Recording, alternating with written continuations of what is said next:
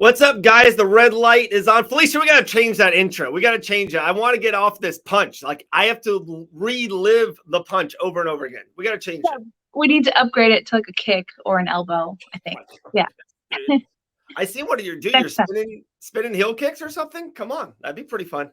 That's like the big boss in like a video game. So that's later. Maybe in a couple of years you can get the spin kick. Sonic 2 just came out. Like you fight one bad guy, then another bad guy, another bad guy. So I get it. Guys, Fight Bananas' favorite segment, Felicia Spencer's Phenomenal and Lock Pick. It's been awesome. UFC Vegas 51 this weekend, a really cool main event. I just looked over some underdogs at DraftKings. There's really cool underdogs, people that we talked about before in the past. So I'm really intrigued to go there. But before we do that, last weekend, UFC Vegas 273, you and Todd were out there live in Jacksonville. Before we get into, maybe I'm your biggest fan. You know this. It wasn't our greatest pick weekend. It was didn't go well. But before that, let's talk about something amazing. Chimaev Burns, you were there live. Just give us the skinny. How great was it to be there? How was it to see both men live? You guys had great seats. Just talk about that fight. Yeah, it was awesome. We were sitting right behind where I think the video showed like Chimaev sitting up on the cage and hanging out with Darren Till, and we were sitting basically right behind them. So that was pretty cool. Todd said it best. He was like, I've never heard the crowd so loud. It was like vibrating in your ears. It's like, he's like, I've never experienced that at any sporting event in my life. So I was like, yeah, I think that's pretty much it. He said the only thing that was ever cooler in a live event was hearing when I was fighting Cyborg, the crowd in the stadium was saying phenom. But that was number 2 to that. So that's pretty That's awesome. I remember like you and I keep on talking about the first, they were there, same arena, Jacksonville, first post-pandemic with the full crowd. And when Rose Namajunas head kick Zhang Wei Li, and like the crowd just went crazy and it just kept on going. Like the knockout happened and then it was loud for a while. Then like Rose kind of went to the crowd, did that jump, that amazing picture that we all seen. She's like floating in the air. And then they put the title around her. It was just this loud roar for like minutes on minutes. And the same thing, people told me like, no, Chimaev like just squashed Rose Namajunas. Like they were on different level. I'm sure Fluffy is on the microphone right now. He's very upset that I didn't take him for a WALK before we started this. So you're like the best. That's the best mom talk ever, right there. That's mom talk for sure. Yeah, it's gonna be all right, buddy. Come here, join the chat. Come on. We'll roll right into it. UFC Vegas 51. We have Bilal Muhammad versus Vicente Luque in a really cool rematch, really pivotal fight in the welterweight division. But I'm really intrigued. Like I said, there's a lot of underdogs on this card that you like and I like. I'm intrigued to see where you're looking on your phenomenal pick. Let's kind of start there. Fluffy. All right. So this hi Fluffy. Say hi to the cameras. Oh yes, thank you for the kisses. Dude, yes. That's a screenshot. A screenshot of that. He just can't help it. He needs attention in the morning. Yeah, this one was kind of tough. It's like a lot of the favorites make sense. But I did have a few favorites. I had 3 names written. I have 3 on my sheet right here written down. Okay. 2 of them are slight underdogs. One of them is a really big favorite for the lock. So I kind of feel bad about having like a huge favorite again. But I promise I didn't like look at the numbers to make my pick and then I made my pick and then I looked and he was already the biggest favorite on the card. So I was like, I'll give you an extra one just in case. So I don't remember who you asked for first, but I'll give you my lock pick. Drakkar Klose is the biggest favorite on the card. He's super talented. I feel like maybe even the UFC like felt so bad about the last time he went out to fight and he had the infamous push happen and he hurt his neck and he couldn't fight. So I feel like they kind of felt bad about that. Not that they're giving him a gimme fight, but it's he's been fighting pretty high level guys. And the name that I saw across from him this time wasn't like super familiar. So I think it's a very winnable fight for him. I think they like him a lot and they want to push him. And real quick, on the Drakkar Klose, you said Brandon Jacobs. So it's funny. I know Brandon Jacobs a lot. He's out there Syndicate MMA. He's fought on the Contender Series, but then he just fought on the PFL Jacob Kilburn Jacob Kilburn's been a part of the Fight Bananas family for multiple years. So, Brandon Jenkins is very aggressive, and he knocked out Kilburn with like a flying knee. He throws a lot of just different shit, like flying knees and spinning elbows and heel kick. He does a lot of fun stuff. So that's actually a really exciting fight. But I think Close is definitely the more talented. It seems like Brennan Jenkins, I'm glad that you know more about him. It seems like his nickname is the human highlight reel. Yeah, so like he's a risk taker. And I just feel like at this level, those risks don't usually pay off. Yep. So, well, they sometimes do, but anything is possible, That's why I always say, don't bet your whole house on any of the picks I ever do. Obviously, sometimes they're wrong. Aspen Ladd has cost me more money than any professional mixed martial artist in the history. I'm anti-Aspen Ladd forever. I've picked her so many times, and then it doesn't always. Yeah, sometimes people just don't perform under the lights. I know that she's capable of a lot, but hey, hats off to Raquel Pennington for doing what she had to do. I did not expect her to hold Aspen against the fence. I thought it would be the other way around. So yeah, I thought Rocky looked really good, to be honest. Yeah. Like sometimes in short notice fights, she had like 10 days, 12 days, and she kind of said she like didn't have to overthink it. She just went and fought, like just kind of had an aggressive sparring session, if you said. And she said she felt really good, no pressure, like she was supposed to maybe lose. Even she, as a favorite, she kind of went in there with no pressure, and that helps. Yeah. That kind of helps the psyche as a fighter a lot. It seems like it, but she came off very well. She looked very talented. Her personality came off well in the post fight. I liked it. I'm happy for her. But what were we just talking about? Drakkar Close. That's your lock of the card. Drakkar Close, the highlight reel. Brandon Jenkins, really good, really skilled fighter, but just like you said, throws a lot of caution to the wind, and like you said, might not go well for him. Saturday. Yeah, I mean, like I said, anything's possible. But I'll have my official underdog pick, and then I'll have like a runner-up for both. Like, okay, I think you know who it'll be anyway. So my underdog pick is going to be Jordan Levitt. So he's a slight underdog, but I'm very high on Jordan Levitt. I'm a little bit biased. I have he trained with one of my coaches at Syndicate. This coach Grindle, he told me that Jordan Levitt is like on another level. He's one of the most talented people he's ever worked with.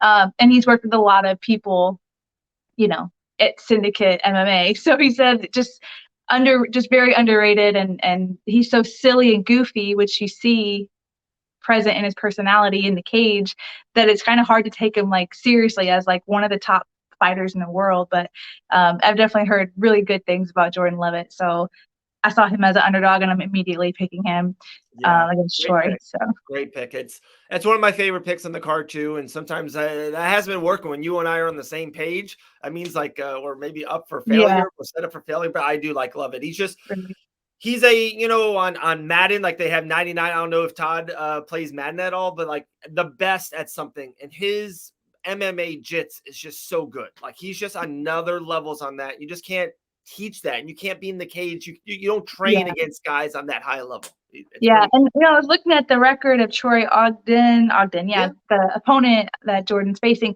Another great grappler. It seems like he's got finish after finish on the ground. So I have a feeling this is going to be fun to watch on the ground. Or like sometimes two grapplers go and then it's just a striking match. But I think he's kind of a wild, unorthodox, I should say, not wild, unorthodox striker as well. So yeah, I think something awesome is going to happen in that fight. So if you don't like that I'm picking my Drakkar as such a heavy favorite for your lock, then I'd say put the money on Jordan if you want to make a little extra cash, because it's only a plus 110, but I think it's a pretty good one. So yeah. And then if you parlay those two together, Fee, that's really good. Like you will get probably in the plus 400 range, with Close and Jordan Levitt winning together. So just go to DraftKings right now. Put like $800 on it or something. Put something small. Something small, yeah. No big deal. But who else did you have? A couple underdogs? There's one fight I want to get into too. No, you can take a guess and then I'll show you my paper. Who do you think I have? Yeah, I mean, I put a heart on it. Yes. Love it. Whatever nickname you want, Huggy Bear, or whatever the other ones are. he's an underdog in this fight. I mean, heavyweight division is tough, no matter who you are. Yeah. He's a fun fighter. He does crazy stuff. He's been around forever. Florida guy. We love him. I mean, what's not to like about Chris Barnett? Like, he's just an exciting fighter, and he's also really talented. So he's him as an underdog is a fun bet to make. From my eyes, again, don't bet the house on anybody. Bet the house. Okay. I'm learning, I'm learning. Yeah. I'm getting, more media stuff. I'm learning. Don't bet the house on stuff. Yeah. All right. 2 fights I really want to get into. Like I said, UFC Vegas 273. There was a main event, a co-main, but the people's main event was Chimaev and Burns. I feel the same way on this card. There's a main event we'll get into in a second because it's a really, really great fight, Luque and Muhammad. But to me, there's a people's main event. I love this fight. I don't know, maybe because I'm such a Florida guy and they're just two studs like athletes. Miguel Baeza versus Andre Filaho. Like, I love that fight. That is going to be 15 minutes of hell. Like, that is going to be so good. If people don't know about this fight, leg kicks, calf kicks, punches, and bunches. Like, both men love to throw. Both men are insane good on the ground. This is going to be a really good fight. I'm like calling it right now. That is the fight of the night, guaranteed. I mean, I like it too. Like I said, it sounds like it's going to be an exciting fight. It's really well matched. It looks like it's a welterweight fight, one of the most exciting divisions anyway. Power, speed, everything is with it. So I like that a lot. I'm really excited also about, there's a couple female fights on it, but I don't know. I think everyone's on this card is people that I had to look into a little bit sometimes. But then when I did, I was like, oh wow, a lot of these guys are undefeated. They have like one loss, something like that. So it's a sneaky fight night because I was like, who was the main event of this one again? And then I was like, oh, it's Luque and Muhammad. And then I realized Uriah Hall was supposed to be on it, and I was like, okay, so that makes sense why I haven't really heard anything lately about it because it's a little bit less top heavy. But yeah, I'm excited about it. The I can never say names. Myra, Silva versus Yanan Wu. Okay. The female strawweight fight. Oh, and it's then a Nunes and fight. Sam Hughes. I like that fight too. Nunes and Sam Hughes. That's a good sneaky fight early in the fight card. Yeah, early. Yeah, I think people are pretty heavy on Nunes. Yeah, she's good. She's really good. Yeah, so Let's jump into the main event real quick. Vicente Luque, I saw something that I think you would love too. So I guess he was 5-4 as a professional fighter. And it's so hard in the game. Like, if you're 5-4 as a pro, like, a lot of people are like, all right, Vicente, give this up. Like, go work at Target, go to Home Depot. It is so tough because everyone now in the UFC, you see the Contender Series is like 8-0 versus 7-1 and 5-0 versus 4. It's like, it's tough. It really is. So this man was 5-4, and he's won 13 of his last 14 fights. So many finishes. He's one of the most exciting fighters, on the roster. Like, I respect Vicente Luque so much. And then it's like Belal Muhammad, who's like everyone's favorite fighter. Like, everyone loves Belal now. He's had such a great ascension. Like, he's always been like a people's fighter, really active with fans and active on, he has that show on John Anik and Florian YouTube channel. So it's like, it's just really cool to see him in now main events. Like, he was always a prelim guy and always really early in the card. So it's really cool to see his ascension. It's a great fight. It really is. They fought, I think it was like 6 or 7 years ago. They're two totally different men. Vicente Luque won that fight. But I'm really intrigued. Belal's a short underdog, which is good. But I don't know. I think Luque is really, really good. But I don't know. I'm 50-50 on this fight. It's not good to be on a seesaw, but I really am. I'm on a seesaw in this fight. I get where you're coming from. I'm leaning Luque, just because I think he's maybe a little bit more dynamic, if I can say that. I agree with that. Belal, I feel like, is a little bit more like our coaches say it all the time, the basics wins fights. You know what I mean? Not that he's basic. Lunchbox to this fight. Yeah, like he's gonna, I don't know if he's gonna bring something that we haven't seen before. Like, I can see Luque doing just, a little bit more unorthodox things sometimes, and that might be the difference. But I always feel like Vicente Luque, just think of exciting fights when I think of him. And Belal, not that they're not exciting, but I just think of like a guy that does exactly what it takes to win a fight, and like in a good way.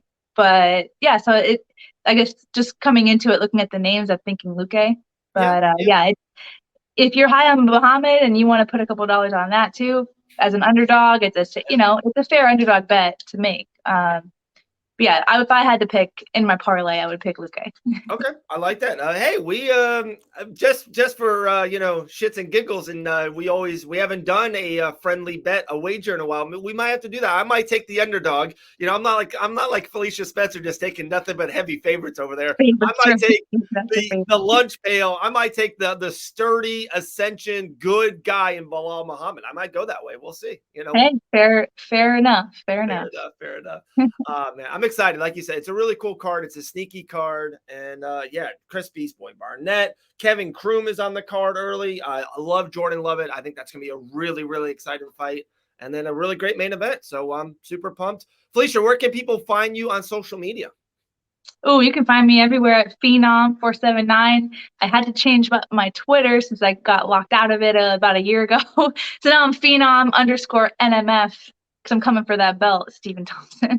So that's my official Twitter handle now. Dude, you can find it. I've been tweeting it's a brand the new show. One.